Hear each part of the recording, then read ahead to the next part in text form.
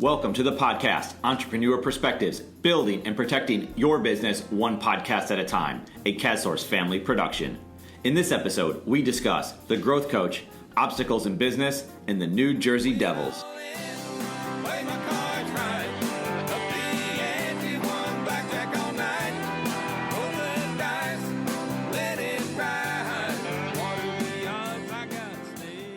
Our guest today is James Pagano. James is the owner of the Growth Coach of Charlotte.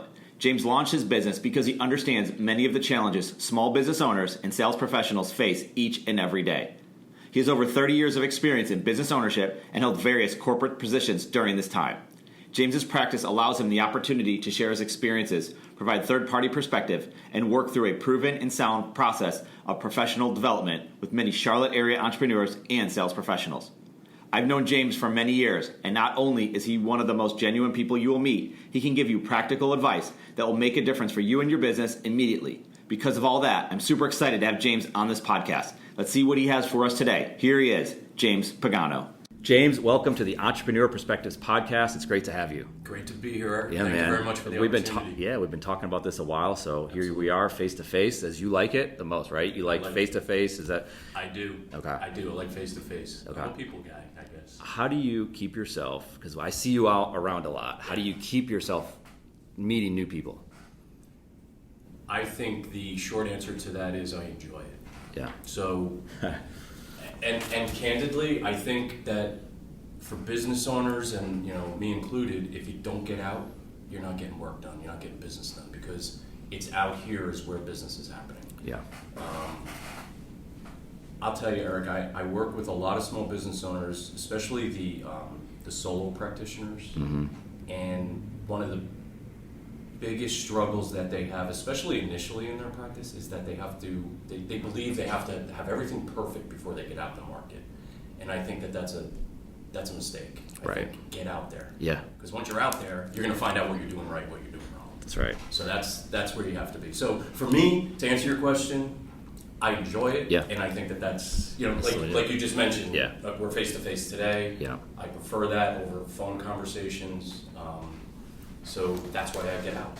I enjoy it. It's simplicity, right? I mean, sometimes we talk to young salespeople or any salespeople and hear a lot of complicated answers. And then coming from a business coach like you, it's basic. It's the fundamentals of it. It's, do you like what you're doing? Yes. And do you know that just talking to people is going to potentially lead to success? Yes. At least it's going to give you the opportunity to have success. Now, you still have to know what you're doing and talk the talk, but you have to at least talk to people. That's exactly correct. Okay. That's exactly correct. We've had salespeople in the past, and I've gone to, he's been on our podcast before, Mitch Long, and I think you've spoken with Mitch. And when I would ask Mitch, I'm like, Mitch, we have these salespeople here. What do you think? Because you're out there, you've been doing this for 20-something years. What do you think the issue is? And his answer would be, they're not seeing enough people. It's that simple. Simple. You have to get out from behind the desk and go talk to people. I agree with that. Okay. I agree with that, but then as you build your business and as you refine your business, yes, now you got to get in front of who the right people are. Right. And I use that expression a lot in my coaching. The right. What's the right work? What's the best and the best use of your time to do the right activities? Right. Using it that way, but I think. But especially initially, it is a rule of numbers. It is that simple, yep. Right? You have to meet enough people and then enough of the right people, sure, to generate your revenue. Yeah. Okay. So you were a business coach. Yep. You didn't become a business coach when you were very young, right? No. You started and you evolved into something else. What was that journey like for you to become a business coach? As I raise my chair up. And becoming a business coach for me came much later in my career, and I never really thought I would be in this position of being a coach, if that makes sense. Yeah. And even when I started to explore the opportunities of what this really is, I still wasn't using the words business coach in my pursuit. Okay. Interesting. Yeah. So honestly, it goes way back. Personal and professional development goes way back for me. Mm-hmm. 16 years old, my dad was really into personal development. He was a big Dale Carnegie fan, big Jim Rohn fan, and he handed me Dale Carnegie's book, Dale Carnegie's book, How to Win Friends and Influence People, when I was 16 years old. Wow. So I did what a 16-year-old boy would do with that book. I read it when I was 24. Yeah, that's right. 8 years. So, I mean, that's Where did it sit for those 8 years? We had in our finished basement, real glamorous, right? But it was like this little finished basement. My dad always had a bookshelf. My dad's a reader. He still is today. And he had this bookshelf, and he handed me the book. He said, "You got to read this book." Yeah. And I'm like, "Okay." And I put it on the shelf. Yeah. And there it sat, And then eventually I grab it and think about it. But seriously, it took, I don't know if I was literally 24. That's right. No, it took me. Could have been 25, right? Yeah, it could have been. I'm probably giving myself a little bit. But anyway, so personal development, professional development, it's always been like in my blood. I enjoy it. So then, fast forward through my career, actually the growth coach, my practice today is my third business I've owned in my life. Okay. I've been around small business. My dad owned small business and honestly, he was my introduction to small business. I worked for him right out of school. Got my undergrad degree, wanted to work for a big pharma company. I graduated with a medical communications degree, and I really thought, this is my path. I'm going to go work for big pharma. Yeah. And they weren't hiring a guy with no experience. Yeah. So my dad said, "Listen, here's what we're going to do. Come work for us. Learn sales. Learn interpersonal skills that sales will enable you to have. And from there, you can really do whatever you need to do. Because it doesn't matter, if you think about it, if you have sales process and business acumen, you can do whatever you want, right? You could be an accountant, you could be a financial advisor, but if you have sales process, you could apply it to anything. So I thought it was a good idea, introduced to small business through my dad, but working for a family business, it's not easy. So, but anyway, fast forward, I went through various things in my career, and then I started to explore in 2000, I guess it was 2012. In the summer of 2012, my wife encouraged me to start thinking about doing something else. I was working for corporate. I moved to Charlotte in late 2009, early 2010 for a corporate opportunity. Okay. So there was a business opportunity that brought you here. It was a business opportunity that brought me here, but it pulled me away from a business I owned in New Jersey at the time. Okay. So I left the business I owned to work for mid-level management for corporate. Yep. Great idea. Yeah. 401k, vacation plan. Yeah. All the things I didn't have as a self-employed, entrepreneur. Reduce risk a little bit. Yeah. Thought it was going to be my run, Okay. Let's do this. But what I realized was I have that drive in my gut to be my own boss. Yeah. And so, did you walk in one day or did you wake up one morning? Like, what was the epiphany like for you to say, this isn't what I'm doing, I got to do something different? I think it was over time. It just started to wear me to a particular point where I knew I wasn't happy, but it took friends and family and my wife to identify it. If you're not happy professionally, it's hard to be happy in your personal world. Right. So she said, "Hey, you never worked harder when you owned your own business, but maybe it's time to think about doing something again." And it scared me a little bit. I'll be honest with you. It scared me because we're in Charlotte, newer city. We were here for 4 years. Sure, it's still pretty new. But it was new, and my network was internal at this corporate position, as opposed to where I grew up, where I had a broader network. Right. And my network up there for my business and everything else was much more vast. Yeah. So it scared me a little bit. Yeah. So, candidly, we were on the beach in Hilton Head, and she said, take out your pad of paper that you always like to jot notes down, and why don't you just do a pros and cons, and she was teasing me a little bit, but she coached you. She coached me. That's right. As a good wife would do, right? Yeah, that's exactly right. So, I know I'm giving you a long answer here, Eric, but no, I love it. I just really reflected on, what I like and not like about my current role, and what I liked and didn't like about being in business for myself. Yeah. And what I wanted to do, and started. So I mentioned earlier that I really wasn't using the word business coaching or sales coaching or coach at all when I was pursuing what is it that's next for me. But what I started to realize was that maybe getting into some sort of sales training kept coming into my mind, because I had been through various sales training programs. Dale Carnegie was the first. My dad introduced me to that. Sandler.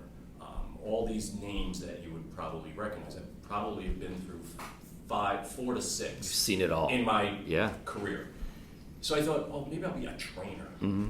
And what I started to realize is that I really, really identify with small business owners, self-employed up to a handful of employee-sized companies, because I've lived it and I'm passionate about it, and I know what they go through. Yeah. So that's where the growth coach and I came together. Was through that search. Okay. Well, so it goes way back, like you said. The Goes foundation way was back. there. You Goes mentioned way a book. It's so funny because I like a lot of books. And this book, for whatever reason, had me turned off How to Win Friends and Influence People, because the title, I was like, what was it?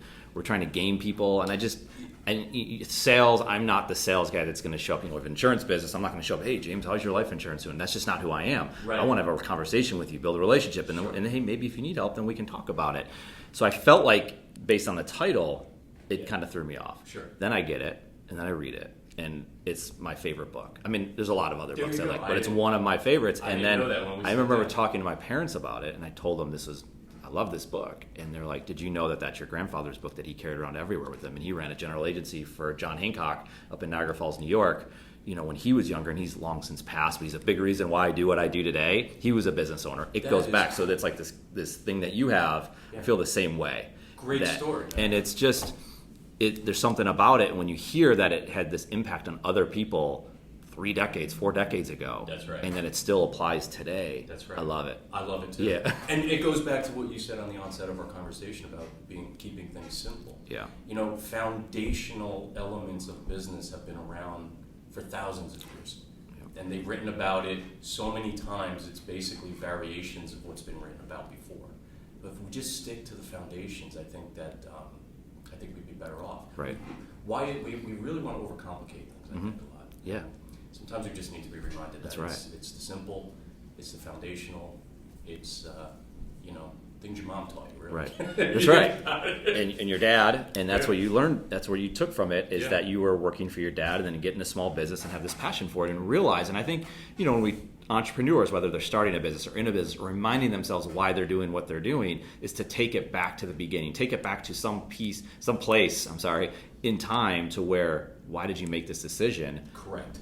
And I think that's really important Big to do. question in coaching too. Yes, And I'm not that's the only coach that would ask this question. Sure. But we have to remind our clients why they went into business Yeah. for themselves. Because when they rewind and they think about it, that's when the passion gets reignited. Sure.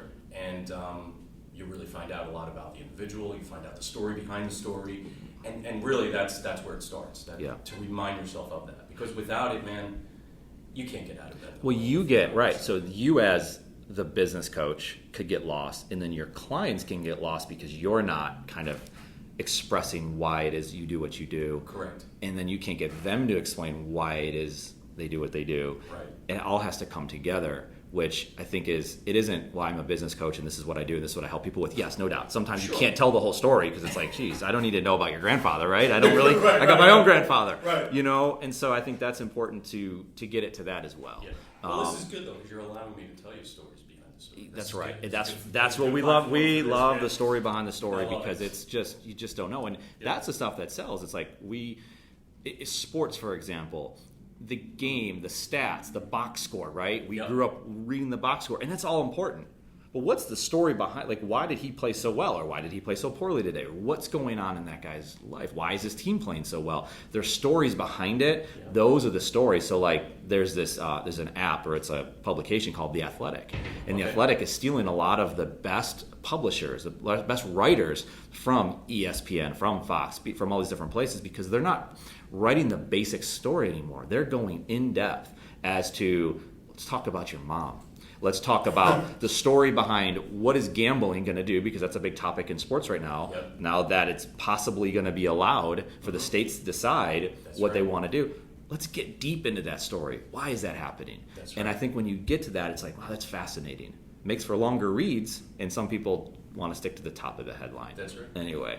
Hey, go ahead. It goes back to Dale Carnegie's book, doesn't it? Look, right? It's about people, and I think that people want to work with people that they really, that they enjoy being with, right, and that they can relate to on that level, right. So that's I see, it goes right back. It really does. You didn't even like the book at first, right? Yeah, Turns you off. it was the title, right? It was the title. It's right. And then you wake up. That title today probably wouldn't do as well as it did Right. when it was first published. But you needed someone to say, you need to read this book. Correct. So. Absolutely. Anyway. Yeah, so the growth coach. Yeah. So you go through your journey. Yeah. You're the growth coach. Mm-hmm. You said it was a good coming together of you wanting to do this, and there's this other group out there. You tell us, like, why the growth coach? What is the growth coach all about? All right, so it's a great question because I'm asked this on occasion, and it's no secret that I work. The growth coach is actually a franchise, and so what we are is a group of coaches throughout the country, actually internationally now, that serve local markets. So my market is the Charlotte market, and the reason why. Two reasons why I married up with the growth coach. One, and the foremost, it was that I could have hit the ground running with, the James process, Right. with my name, and I could have hit the ground running and formulated a process and the marketing behind it and all that on my own. Mm-hmm. But the road would have been a little bit longer to do that. Plus, I mentioned to you, my network was, in my opinion, not that robust in this market that I now live in. So what I did was I started to look at familiar names that I had been exposed to, like the Dale Carnegie franchise and like the larger franchises that are out there doing this type of stuff. And I came across the growth coach, and what really attracted me to them is that they truly do serve the small business owner. Mm-hmm. We're small business centric. I met with the founder, a gentleman by the name of Dan Murphy. He and I hit it off, and honestly, he was the turning point for me to make that final decision on embracing the growth coach process and what we do. Very entrepreneurial in focus. A lot of sales comes into entrepreneurial coaching, and I like that. Yeah. I like that a lot. So many of my clients, because of the size of their organizations or where they are in their life cycle of business, sales becomes part of that conversation. It could be 80% of it, it could be 40% of it, but it's in there. Yeah. And I like that a lot. But that's how we got together. Okay. I wanted to hit the ground running with a process and best equipped to ramp up quickly. Yeah.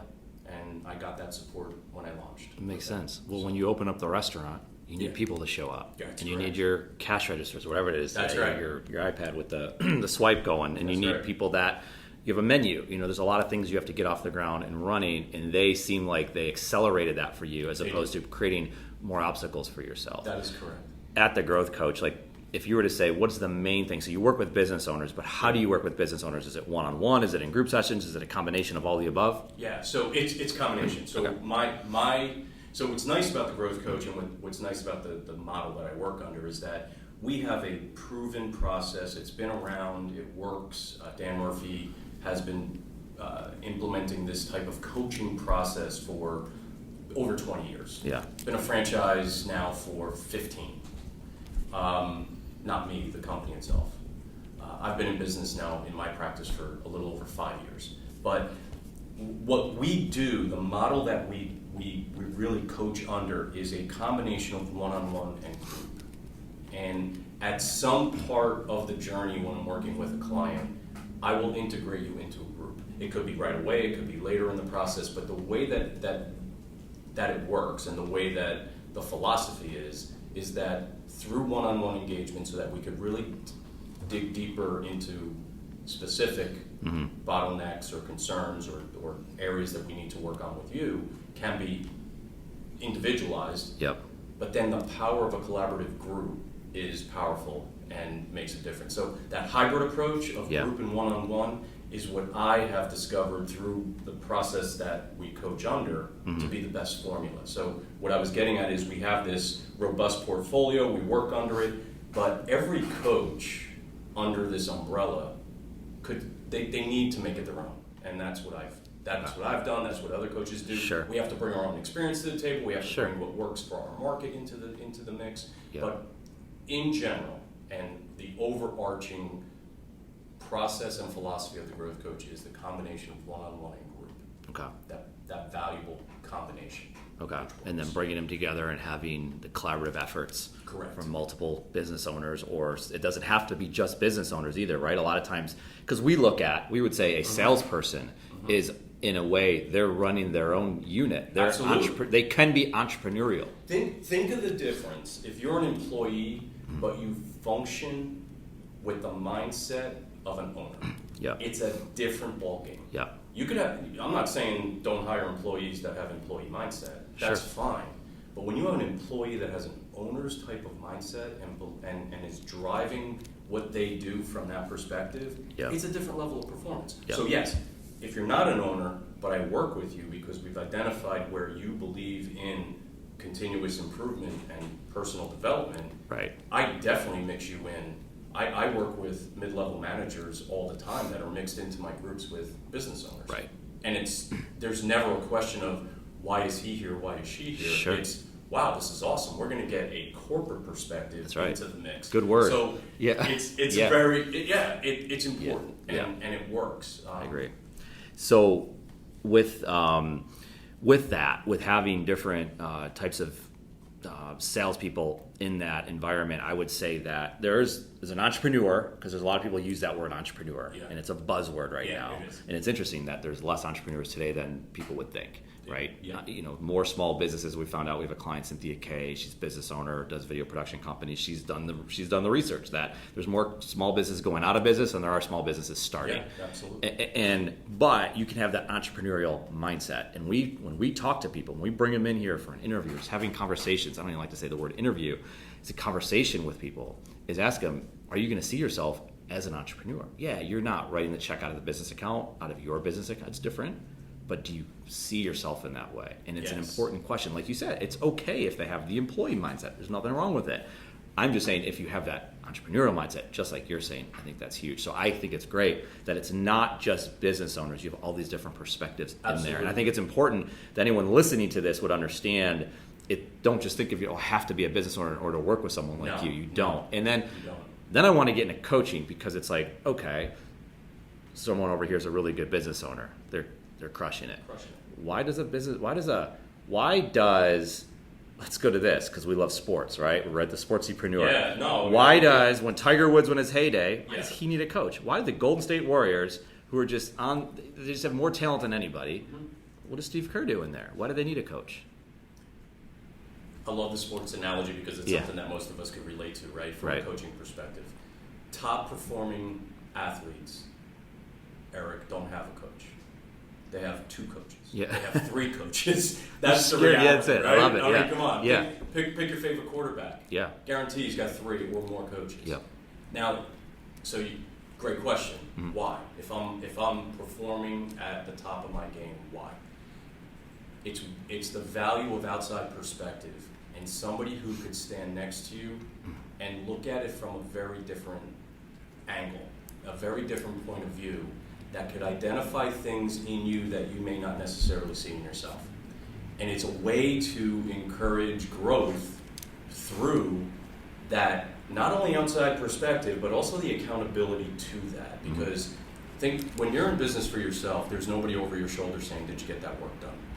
As a coach, we offer that accountability aspect, but we also offer other valuable aspects as well. But I think the analogy from a sports coaching perspective, it really comes down to, do you value perspective that's not your own in order to be better? If you continually challenge yourself and ask the question, what else is possible, then you're a candidate for coaching. Yes, because not everyone is, right? No, and that's a criteria for me. Right. If you're a fixed mindset as opposed to a growth mindset, I can't work with that individual because I don't have time to force that foundational change in how you think. Right? But if you're open to possibly receiving perspective from somebody else, whether I worked in your business or not, I have experience that could contribute to your success. Right.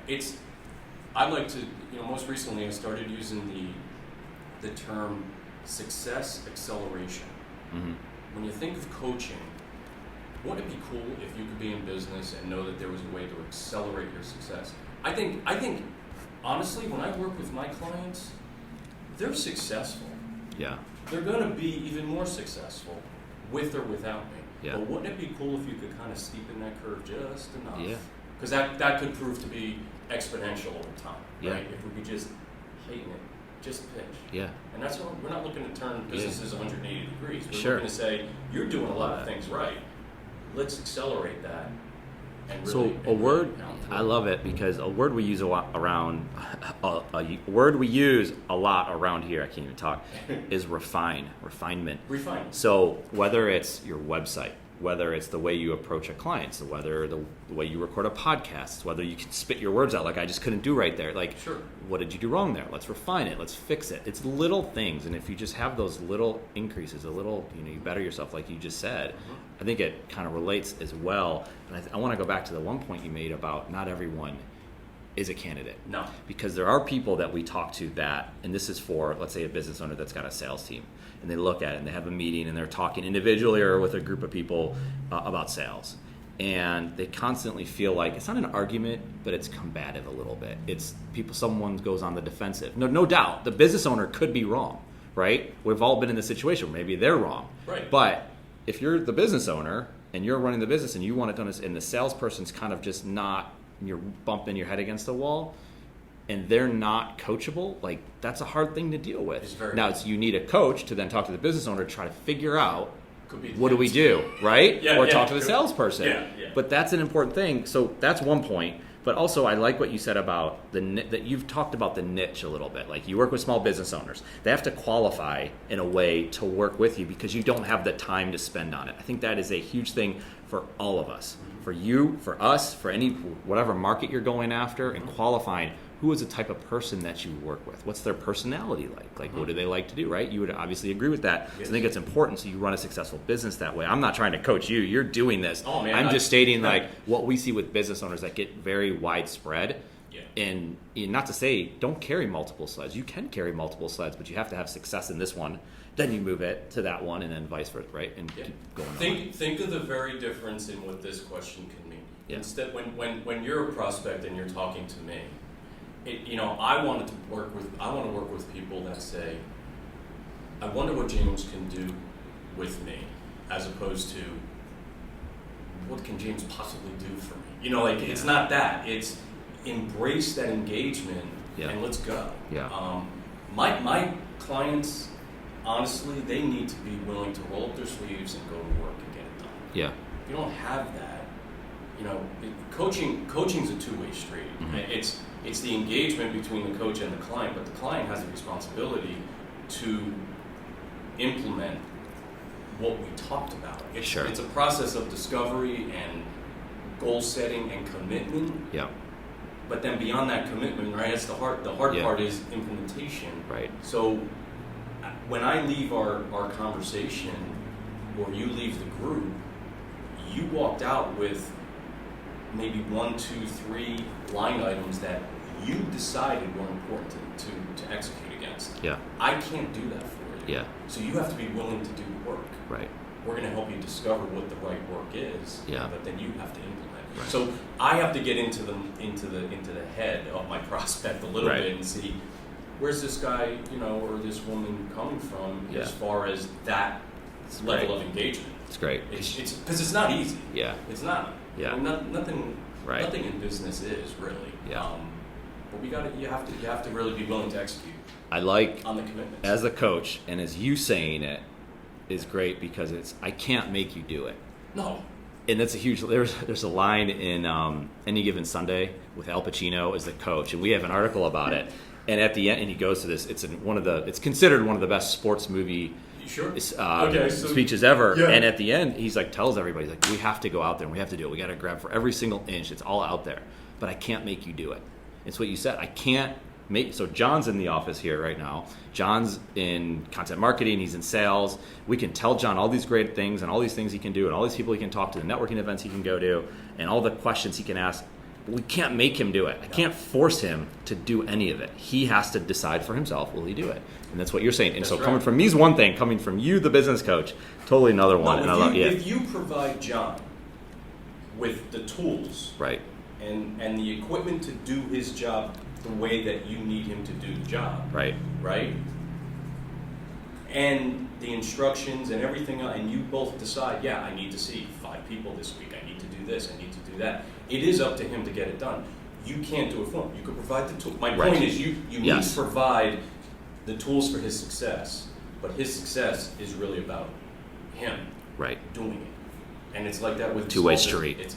Absolutely. Yeah, I love it.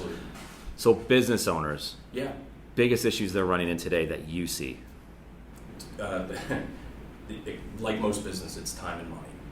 And I would say that business owners, even if they come to me, so the 2 areas that we talk about from prospect engagement is revenue, cash flow, you know, things that all involve money, time allocation. I like to, it's referred to as priority management. It's really what it is. It's not time management, it's priority management. And then the third element is relationships. It's internal and external. It's all the people that surround you in business. And if you think about it, that's business, time, money, people. So, but one of the biggest struggles I find with most business owners is that they feel like they have to do everything. And so if you think about business owners I work with, could be even an individual, you know, solopreneur, right? They're in business for themselves. They start a business because they're good at doing something. And I think that they don't realize that there's resources out there that could actually take a lot of work off their plate that is not revenue generating type of work or most meaningful work, right? So there's things that they could do. So I think when you have business owners that are running into that time ceiling of, man, I'm just out of debt, there's ways that we could look at it and say, okay, well, let's see, where are you spending your time? Because if we could free up an hour a day for what you find to be most important to you, whether it be seeing another client, whether it be going home to see your family, right? There's value there. So everybody is different, but I think it's really a matter of trying to figure out how to carve up that day so that they feel like they're not running 100 miles an hour all the time. Because as entrepreneurs, we believe that if we're not moving, we're not productive. And that's not necessarily the case all the time. You have to slow it down sometimes and think a little bit. So it comes down, really what that is time. Time is money, right? We can calculate how much we're worth per hour. What is your worth? But how are these business owners, any business owner, myself included, you have to give up control. So you say a solopreneur or a business owner that's got 5 people or 10 people. We're talking about small businesses. Okay, that's great. I see it. I realize I need to give up this task and someone else has to do it. Like, for example, we record this podcast. There's so much that goes on with the recording of this podcast. Like, you and I talking is the easy part. It's the pregame to even before this podcast ever became a podcast. There was design that was involved. There was writing that was involved. There was technology that was involved. It took a team of people. So John's in here. Scott, who's not in here right now, he's doing other things. I could have probably done it all. But that's all I would have done for days. So you have to be saying, I'll pay someone else to do this, or find an intern, or find someone that can come in there to help me do it. It's not easy for business owners because, and John knows this, I like things done a certain way. You like things done. So how do they give up that control? Is it you have no other choice, or you're going to be working late at night and you're not going to have a family life? Like, It is about having, okay, so I'm there now, you hired me as your coach, and I'm that outside perspective that you value. I'm going to share with you what I see from my angle, right? And I'm going to be able to identify potential areas of improvement that maybe you haven't thought about. I'm going to ask you the questions that are going to reveal to me, but more importantly to you, what is the most important thing to you? I had a client that really wanted to get home at 4 o'clock to watch his kid play baseball. And he wasn't able to do that. So I'm like, okay, well, we're going to work on that. Right? So everybody has their desire as to what is most important to them. And forget about what other people think about, right? It's got to be, you went into business for yourself because you wanted to be in business for yourself. Which, guess what? That means you're in control of everything you're doing in your time. Right? So you have the playbook. So let's change a couple plays if that playbook isn't getting you into the destination that you're trying to achieve. Yeah. So when small business owners start businesses, there's a couple of paths you could go down. You could go down the path of, I want to create revenue for myself and be able to earn a living, and a good living, let's say, right? And maybe that's your aspiration. I just want a revenue stream, and someday I'm going to shut the lights off and be out of business, but that's okay because that's what I wanted to do. Yep. That's a great path. I'm not going to tell you you're wrong. The other path is, I want to create a business that is separate from me, an asset that has a value, that at the end of the day, I'm creating a scalable business here that can provide on the back end of when I want to be done, value through a transaction, right? Yeah. The problem, and that's a great path too, the problem is, are you a business owner who's on the path of generating revenue and not building an asset, but you believe you are? Mm-hmm. That's the problem. That's the disconnect. Yeah. So we have to first decide Which direction road we go on, Yep. but what road do you really want to be on? Right. Because if you really want to be on the asset development and the transferable asset, I'll call it, path, you can't possibly do it yourself. Right. And that's where you have to allow for other people to come into your world. E-myth, right? E-myth. That's it. I'm very E-myth-esque. Yeah. There you go. Yeah. No, Michael And you're Gerber- taking them back to what we talked about before, why you're even in business. First of Right. all, why do you do what you do? Right. And now why are you in business? So it's going back to the first part of the conversation. Right. You have to constantly take them back, it's sounding like. That's right. Yeah. And you know what? What you start, year 1, year 2 in your business, you may have had a specific aspiration that is different in year 3, year 5. Sure. So things change. Sure. One thing that business owners know is that things change. Yeah. Right? So Yeah. You hope so, right? Another reason why it's good to engage with a coach is Right. because things change. Right. There's always something to constant. talk about. That's the thing you can. Constant. Yeah. So and that's disruption, and that's we could continue on the disruption Yeah. path because what's going to happen with all these different industries down the line, right? So. Correct. So- Man, we could do a whole series of and these we'll there. come back, James. It's good so far. All right. So far, you're going to make it to the next one. So, All right. so Well, I should leave now. that's I'll right. sell it, man. Quit while you're ahead. I think I did that with breakfast this morning. So, so you're out there. Obviously, you have a great story to tell. You've seen a lot. How do you? And we know that you're meeting with people. Yep. How do you develop business? How do you? Obviously, you're here on this podcast. I mean, it's a way to develop business. But Sure. tell us, what has been your process? At least not the entire process, but just Right. pieces of it. How do you develop business?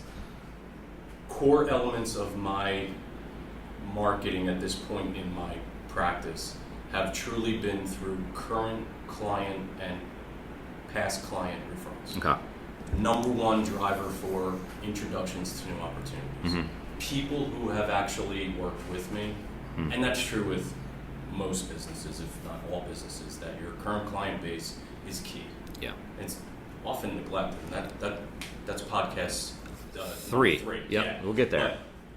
But working with clients to a level of their satisfaction where they actually will refer you is tremendous. So Yeah. that's my number one lead Yep. driver. Okay. Number 2 for me is networking. And if you could tell, the theme so far is engagement with other people face to face. Sure. Really my most valuable approaches. So I network, but I network with select groups. I when you first open your business, you're going everywhere because you don't know where the right ones are, but then Right. you narrow it down. So you narrow it down, and then you're networking with the right people, Right. referral partners that make sense, Mm-hmm. right? Things like that. So that's number 2. And number 3 is doing things like this and speaking engagements. Right. Getting in front of an audience in some capacity through some medium is vital for Yep. me. Yep. And it comes down to the fact that coaching is such an invisible deliverable, if that makes sense, that I think people need to see who I am, what I do, and hear from me to even know if they want to have a conversation. Absolutely. That's it. Yep. Right? Do they even like you? Yeah, that's it. I don't like people from That's- Jersey, right? Like I'm not Yeah, going to work with that's this guy. right. There you go. Yeah, There you go. but that's okay. But But the- then you don't have to waste your time with that person if they don't like you. And- I don't know and- why they wouldn't, but you know what I mean. Yeah. But here's the truth about coaching, and I think it applies. I could say it's the truth about coaching because I've seen some studies and research on this, but I'm sure it applies to many other businesses. The the success that comes out of an engagement with a coach, it's like 70+% of that success rate comes down to the chemistry between the two people involved. Yeah. Every coach, we all have our own personalities, we all have our own way of individualizing what we do. Mm-hmm. We're following similar processes, which is fine, but it's really more about who you're working with. Yeah. Do I like this guy? Yeah. Can I work with him? Is he Yeah. going to give me what I am looking for in this type of engagement? That's right. That's it. That's great. So those three are to answer your question, it's Perfect. It's client referrals, networking with the right resources, and being out there through public type Yeah. engagements such as speaking or podcasts. It makes sense, Yeah. and it's simple, and you can say it 1, 2, 3. I love to think about, where did I meet this person? How did we first start talking? So it was the Charlotte Business Owners Networking Group across the street from our office. They have it at Total Wine. I remember I started the business, and I'm like, I got to go meet some people and tell them that we exist. Then I went to this event, and and this is a few years ago now, or multiple years ago, and I realized that everyone's pitching. Like, what do I do? This is what I do. I'm like, is this what I do? Like, I don't want to do that, because that's not me. And then you meet a couple people, and you just have a conversation with that person. So you go to a networking event. I don't pitch. Nope. I just talk. I just have a conversation. And if someone wants to know, because guess what? You can't work with everybody.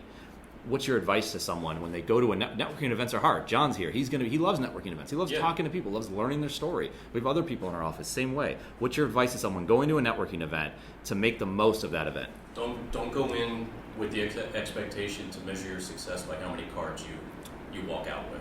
And don't go into those engagements believing that you have to do all the talking.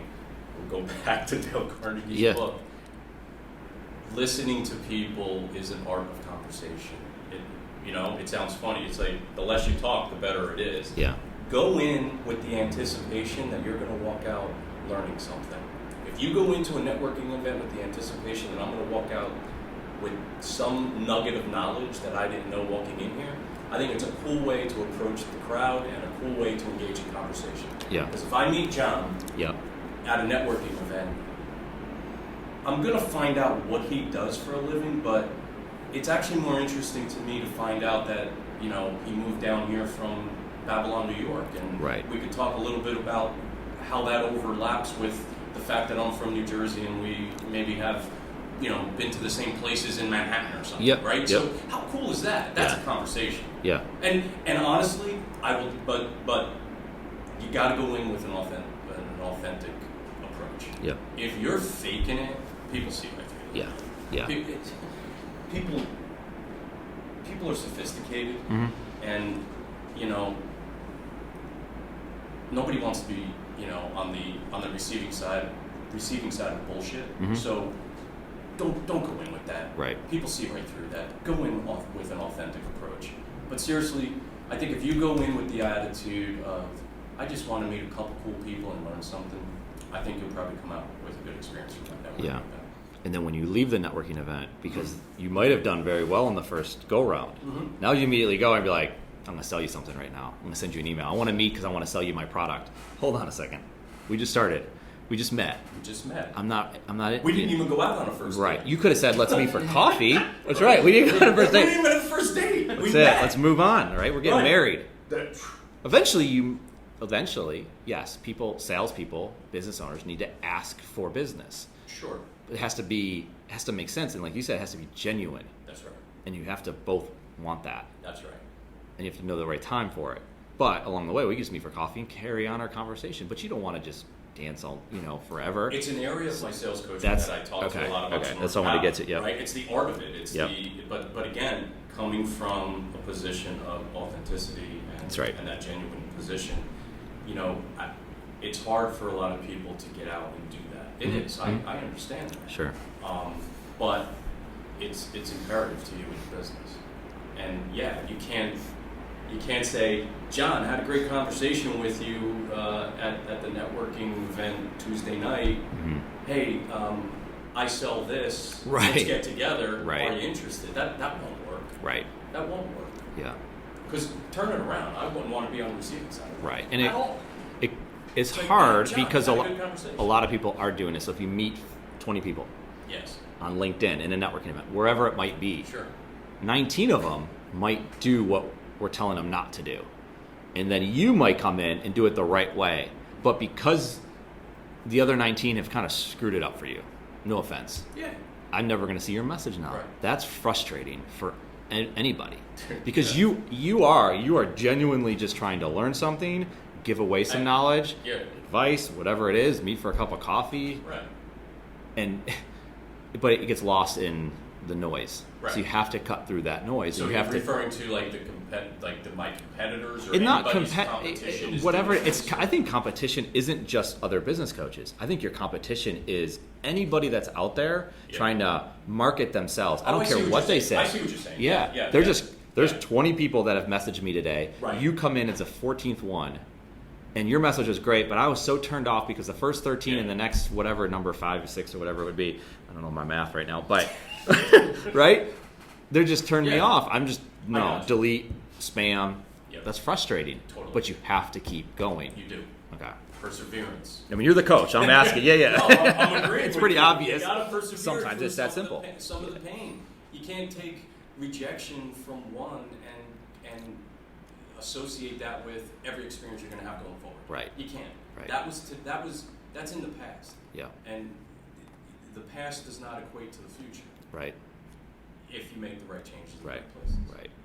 Good shooters keep shooting, right? That's it. Kevin Durant, I mean, he doesn't miss, I don't think. I don't know if you watched the game the other night. He didn't miss. He's 6'11". He's shooting it just like impossible. There you go. But if he misses his first 9 shots, you think he's not going to shoot the 10th shot? He's like, I'm done. I'm out. I'm going to sit on the bench. Practices free throws every day. Right. Why not? Yeah. Scale what works. Yeah. Right? Go after what's working and be better at what's working. Just keep going back. You said refine. Yeah. Keep refining it. Yeah. Right? It's a tough practice to adhere to. Yeah. And the other thing, here's the other challenge. We're adults, and adults are the worst learners, man. We take so long to change habit and behavior because we're just been doing it for so long. Yeah. So that we have to embrace the foundation of refinement. Yeah. We really do. Yeah. So And we're in a good place. if you believe you can be better, then if you believe you could be better today than you were yesterday, then that's kind of all it is, right? Go Just for get it. a little bit better. You can't. Yeah. I tell my Better's kids that. cool. My kids think I'm crazy because I'm the Right. one telling them, like, just get a little bit better today. Just do this. Don't worry about that stuff. This kid's going to say this. There you Don't go. be surprised that someone's going to say something. And just focus on being better. And you know what really, we talked, I don't even remember if it was earlier this morning, you and I talking before we were on air or beforehand, or during, but there's so many like cliches and jargon and stuff. It's like, I'm even mindful of the fact that I'm saying a lot of things that are like, oh, be better, do this, right? But really it comes down to that. Yeah. It comes down to that. So, Yeah. Just a point I wanted to make. Yeah, it's important, Better- obviously. I better's can see it in your eyes. You're I like, like man, better. just be better. Just be better. That's it. Be better. I'll leave it there. So we're in a good place to be better. We're in Charlotte. Yeah. Charlotte, North Carolina is crazy. Yeah. Charlotte's not the only city. There's Tampa, Nashville. Yep. There's cities all over the place. I mean, even the northeastern cities are doing great. Yeah. So, but we want to talk about Charlotte. 'Cause I look outside the window. It's pouring rain right now. It's been gorgeous and hot, but now it's pouring. But anyway, there's cars everywhere. So we've been in this office for 5+ years. We've seen it's been growing for many years, Charlotte. That's right. There's cars driving everywhere. I look around. There's businesses starting up. There's new people moving from Buffalo and New York and California. Like, they're everywhere. Charlotte, business opportunities everywhere. We even wrote an article about it. Because sometimes we can say, I can bitch about the traffic. I can be annoyed by it. But then I was like, well, hold on a second. That just means there's more opportunities to talk to new people with new stories. That's right. We got to take advantage of it. That's right. What are you seeing in the city of Charlotte with business owners? Are you meeting new people that have just moved here? Like, what's going on as you see it, because you're out networking more than most? I am meeting people that have just moved here. I'm also meeting people that have lived here and maybe have been in a different position and now they're venturing out on their own. I'm also meeting business owners that have been in business for multiple years and now they're coming out of coming out from behind their desks to get out and network because the economy is good here and there are more opportunities here. So those are the folks that are great to talk to because for X amount of years, maybe they've been doing it one way, but they're realizing, you know what, growth is good in this city. Yeah. So let's embrace that. Let's get out there. Yeah. I think, we've been living in Charlotte for a little over 8 years now, and I've seen growth. Yeah. I mean, to meet people here who are natives and hear their story about growth, it's amazing to me. Yeah. People who've been here for 20 years have seen tremendous growth. This market is an awesome market to live and to work and to be an entrepreneur. It really is. It's a good growth market. Yeah. There's opportunity. There's barriers because you can say, well, who am I going to talk to? Who am I going to? There's so many people, and it's open. So you can talk to people not only, like you said before, natives to the city, or people who have been here, families have been here for 50 years. Yeah. You can talk to them. Some might be harder than others, right? But you can still talk. And then you have people who just moved here that are from your area, that are fans of the same team, and you meet them at the bar, you see them wherever, right? You go to a Panther game, and all the Pittsburgh Steelers fans show up, and they're all from Charlotte. Same with Buffalo, right? You meet, yeah. There is. They're everywhere. They're everywhere. That's good. But that's the thing. I think Charlotte has an incredible opportunity, no matter what business you're doing. Obviously, for what you're doing with new businesses starting up, businesses that have been around, and people that are coming out of the woodwork saying, I need to get back out there. That's what I was mentioning earlier. I meet John. You're pointing to John here. Yeah. He's behind as we're live. He's behind the camera. And you're gonna ask people, where are you from? It's not a dangerous question to ask in this town because most likely they're not natives. Right. And they have a story about how they got here and where they're from. Well, yeah. Which is a cool conversation. That's right. And most people who are generally interested in that. Oh, absolutely. It's a really cool. And how did you get here? Exactly. Yeah. And a lot of people who are from it's funny if they're from Charlotte or they're from Mint Hill or wherever they might be from, and I'm one of the few natives. One of the few natives. Yes. That's like, yes. Which is awesome. Yeah. You're like, great. Yeah. Tell me about that. That's right. And are you glad I'm here or not? It's funny. So when I moved here, I had friends there from like Shelby, North Carolina, and they're like, we got Yankees and damn Yankees. Yankees are the ones that come and they leave. Damn Yankees are the ones that come and stay. And I'm like, so you don't want me here? He's like, no, you got to go back to Buffalo. Go back. But anyway, now I've been here all these years. I look around, I'd get mad. I was like, why am I sitting in traffic on this secondary road? This is ridiculous. Right. Who are all these damn Yankees? They're like, no, I'm one of them, right? So that's why I was like, I had to find the positive in that to say, this is the reason, because there's so many opportunities going. You're starting to get mad when you see the out-of-state tags on cars, right? Oh, you take a left out of our office, like right over there, and no one can see it. That's not live or whatever, but you can't go left there at 5 o'clock or 6 o'clock. It's crazy. But you know what? It's because there's a lot of good opportunity here. That's right. See find the positive. So have that. That's it. Well, James, I appreciate you sharing, you're coaching us, you're coaching the people that are listening, talking about different obstacles that exist, talking about Dale Carnegie. I mean, I think it's awesome that you're able to come in here, spend some time with us to do that. It's fun. So what I want to do now, though, is go to more of a rapid fire approach. Yeah. So you've given us some good long answers. Now we want to keep them short, but if you gotta venture out a little bit, that's okay. We won't take points away. All right. Simplest advice you would give a business owner. I got two. I want you to keep the passion, but more importantly, I want to say surround yourself. Surround yourself with good people, whether it be business advisors, whether it be colleagues, whether it be other people in your company. Surround yourself with really good people, because that's going to help move you up. Just going back to what I said about have an expectation to learn something. Surround yourself with people and expect to learn something from those people, I think is a cool thing. Surround yourself with really good talent is an important thing in business. Love it. Your favorite city to travel to? It's funny because my wife and I are talking about planning another trip to Italy. So I have two. I'll give you an international city. My favorite is Florence, Italy. Just love it. Yep. Domestically, my favorite city now that I live in Charlotte to travel to is New York. And John could appreciate this because he's from New York. Not living there anymore. So I grew up in New Jersey, so New York was always my city. That was my city. But I'm not living there now. When we travel there, it's a different perspective. Yeah. Stay in overpriced hotels in Manhattan and enjoy. Yeah. Rather than getting on a train to go home, it's a different experience, and I love it. Yeah. I love it. I'm comfortable there, and we're exploring. When we go there, we enjoy it. Yeah, it makes sense. So New York and Florence. New York and Florence. All right, so when you go to Florence or even New York or anywhere you go, you have to kill some time. What's your favorite thing to do to kill time? Well, I'm Italian, so I like to have good food and wine with friends. That's how I like to kill time. Yeah. Social small, groups. Yeah. That's what I Food's like to- important, isn't it? food, It's so. I love food.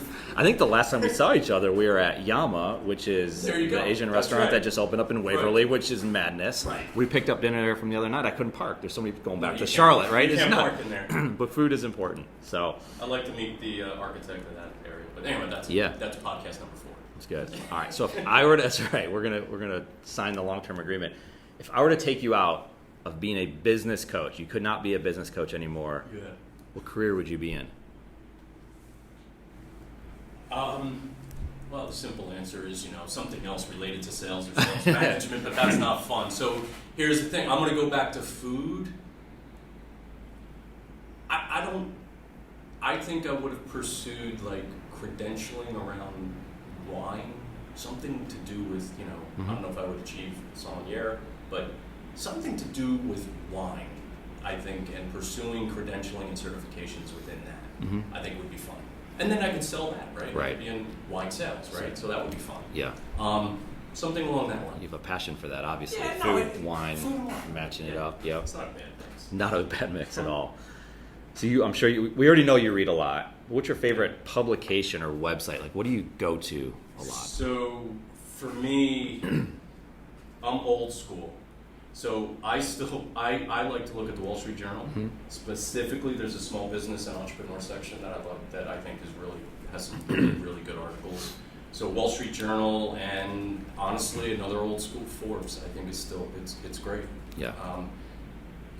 Entrepreneur magazine and entrepreneur.com and another thing that I look at as well. But if you were to ask me to go to, I think those tried and true. Now, are you reading it print or digital? Those type of format I read digitally. Okay. But as far as, I still like to read a magazine. Sure. And books. I read Yeah. hardcover. I read books. That's a question I was getting to next. Let's bring it to that. So, Okay, bring it. book or Kindle? Are you so Book when you or Kindle. So what? I'm app a a book. Book. Okay. I like to hold a book. Okay. My wife reads Kindle. Yeah. I like to have an actual book. Okay. Yeah. That's good. Now, if I had to give you 30 minutes, you were either going to read 30 minutes worth of blogs or listen to a 30-minute podcast. What would you choose? Podcast. Okay. Yeah. So there you go. Yeah. That's my mix of. I love it. medium. Yeah. I love it. Social media, we talked a little bit. I mentioned LinkedIn before. You Yeah. talked about how you get business. What is your favorite social media app today? It changed yet. It could have been done different yesterday. No, tomorrow? and again, LinkedIn is my that's my social Yeah. platform. I'm B2B. I enjoy reading posts and I enjoy sharing on LinkedIn. I'd like to make connections on LinkedIn. Yep. By the way, a pet peeve of mine is if you send an invitation without personalizing it as to how I even know you. Yeah. Unless I obviously know you. Right. So take 17 seconds Right. and just say, Eric, it was great to meet you at this event. Would love to connect on LinkedIn with you. Yeah. Makes a big difference than just hitting the Yep. connect. Context is big. That's it. Yeah. Remind me why I want to connect with you. Yeah. That's all. Yeah. Listen, I accept the invitation. Right. I recognize, Well, we all do but it. Go through Yep. that little personal touch. I will say this. So on a phone, and we can look into this, John. I want to talk about it. So if I'm on my phone and I see a list of connections, and, I want to. It doesn't let you every time to customize it. So Yeah. it's tough to know. Like, was this guy just like didn't want to spend the time with me, or was he I get in it. it? No, I do. But I 'Cause you could be agree. You could be mobile and want to And it just sends it. as opposed to at your desk. Correct. Which a lot of people are going to be mobile. So I don't know. Yeah, I don't know. I don't know. We're going to research that to see. I've Yeah, been wondering it for a long time, I'd be but these curious things if it's- change. Yeah, I'd be curious if there was if I'm just taking it personally Yeah. that there wasn't a personal note. That's right. John already sent That's me an right. invite It's like, while I'm we were done. sitting I'm here. going to give up for the day, He's right? Like, damn, now you Yes. just hit the connect button. He's going to be pissed. He's going to delete John, it I'll and resend it. Take it back. I'll accept your invite. I love it. I Look at love me, it. I'm flattering myself that John actually wants to connect. That's right. You're like, how does he even know he wants to connect with you? Don't connect with him, John. So you meet with clients, as we know. Yeah. We've met before at the Starbucks across the street. We've met at the Yeah. office. We met at different places. You Yeah. seem to, when we go, first of all, to Starbucks, I think there's like one time we were there, and like 6 different people you knew there. Like, oh, James, how you doing? yeah, and you yeah. introduce everybody. Yeah. What is your favorite place, or what's the best place to meet a client at? specific. For you. I can't give away my secrets. Okay. You don't have to. No. You can be general. No, I like formats like you just described, where we're out in coffee shops. Yeah. Typically, my meetings with clients are either at their location, but I actually prefer to pull them out of their offices and meet at neutral sites that work for both of us. From where we're going to be that day, you know, Right. a lot of my clients are mobile, just like me. So, coffee shops and restaurants. Sometimes comfortable hotel lobbies, depending on where we are in town, are a great place to meet as well. Yeah. So I like that neutral ground, and like with coffee shops and restaurants, I like to support more of the local places. Nothing against where we met. No, I get it. You know, if there is a local shop, that's a cool place to meet too. Yeah. But you're right, you run into people too. Yeah. And it's cool. So Yeah. that's I do. You're out I do there. like It's that. part of your networking. That's awesome. All right. Now we're going to take it to something that's really important here, which is sports. We all love sports. We love talking about sports. We have sports teams. You might not have favorite sports teams. You can answer this however you want. But if you were only allowed to root for one sports team for the rest of your life, what team would that be? One team. That's it. Man. Yeah. So I'm from Jersey, so my roots are there. So yeah, but You can identify the different teams that you root for right now. I like different sport, like so I'm a Giants fan. Yep. Oh, John didn't like that. John didn't like that. He's from Babylon. That's right. He's The a Jets. fan That's right. all the way. Yeah. But we could get along. We could That's have it. coffee. We could have a good conversation. That's right. Unless they're playing somehow, right? Yeah. Hey, You John, share could've the been same worse. home. It could have been worse. I could have said Philly. Or New England. Right. Or New England. There you go. Yeah. So when we're from New Jersey, we don't have, although they play in New Jersey, they're still New York teams. Right. So anyway, Giants, but it's hockey season, man. Yeah. It's playoffs. Yeah. And so I'm a Devils fan. Okay. I'm a Devils fan. He's cringing again. I'm sure he's. Yeah. I won't have it, but anyway. That's right. But, so it's hard for me to say. Yep. I guess if I could only root for one, I think I'd go Devils. Yeah. I think I'd go hockey. This is a tough town, by the way, to be a hockey fan. It is. This It is is. not an easy We hockey. love it. Well, I'm a Sabres fan, and we've been last like 5 years in a row. But how cool are the playoffs this year, man? You got a brand new franchise. It's unbelievable. That Yeah. are playing. How cool! I think it's going to be. I mean, we don't, Capitals Vegas, I think, is my right now, prediction, but- right? But then it changed, right? So It Tampa does. Bay wins, and they win one more, and Exactly. it changes it. Exactly. So, but no, how cool would it be to have like a man. staple, like Yep. Either one of these. I like Winnipeg because I There think, you like, go. look at these fans out there. I mean, have you seen them? And they're freezing. It's still like winter there, and they're so passionate about the sport. It's awesome. You can Canadian hockey fans. And they got their one team left, and these other three teams. Washington's a southern team in a way, not southern, but mid-Atlantic, I guess. And then you got Vegas out west, but Vegas. warm weather cities, and Tampa. Exactly. It's just interesting. It is a tough town to be a hockey fan in, but I get it. And you talked a lot about niche before, so it's somewhat of a niche sport because you come down here and it's like, I don't care about the hockey playoffs. No. But no, I think that's cool. You've had success. So the Giants have won. The Devils have, it's been a little bit in It's 90s, been a long time, 90s, yeah. but they had They had a great run. Marty Brodeur, right? Yeah. I mean, yeah. I get it. Good run. I get it. Well, it's awesome. Well, James, I appreciate you being on the podcast, taking I the time to appreciate be here. I know you have a lot of meetings to get to. I guess we've signed up for episodes 2, 3, and 4, so we'll Sounds get it like on we the got a calendar. That's right. We got We're a going to have to series create our of- own show. I love it. James's show, the James process. We'll call it. Like I think you mentioned that before. You're right. yeah, exactly. We're going to change the branding. I love Yeah. it. So Love how would everything people? you do. Yeah. So you're It's on good. LinkedIn. Obviously, go to James Pagano Yep. and find you on LinkedIn. That's probably the best way that people That's can the best connect with way. you. And my website, jamespagano.com, which Easy will enough. take you to my growth coach platform. Okay. If you want to look at that. But really, LinkedIn is a great way to connect with me and also to learn a little bit about me as well. That's and awesome. Then from there, we'll, Talk from hockey. there. Talk with Hey, whatever you want. Yeah. Well, we appreciate it, James. Thanks Thank again you. for spending the time. Appreciate your time. All right. Thanks. James, it was absolutely awesome having you on this podcast. From his strategies on being a better business person to his story about becoming an entrepreneur, James is a proven coach that can help other business owners on their journey. The perspectives from James on taking on and applying advice to focusing on what matters most in your business are now perspectives you as a business owner and entrepreneur can use for yourself. And for that, James, thank you. And for anyone looking to learn more about having a business coach, I would encourage you to reach out to James. If you have questions, feel free to reach out to me directly. You can contact me on Twitter at Eric_Kaz or with the same name on Instagram, or you can find us at KazSource.com with links to us on the different social networks. Thank you for listening to our KazSource podcast, Entrepreneur Perspectives. building and protecting your business one podcast at a time. Until next time, we're out of here.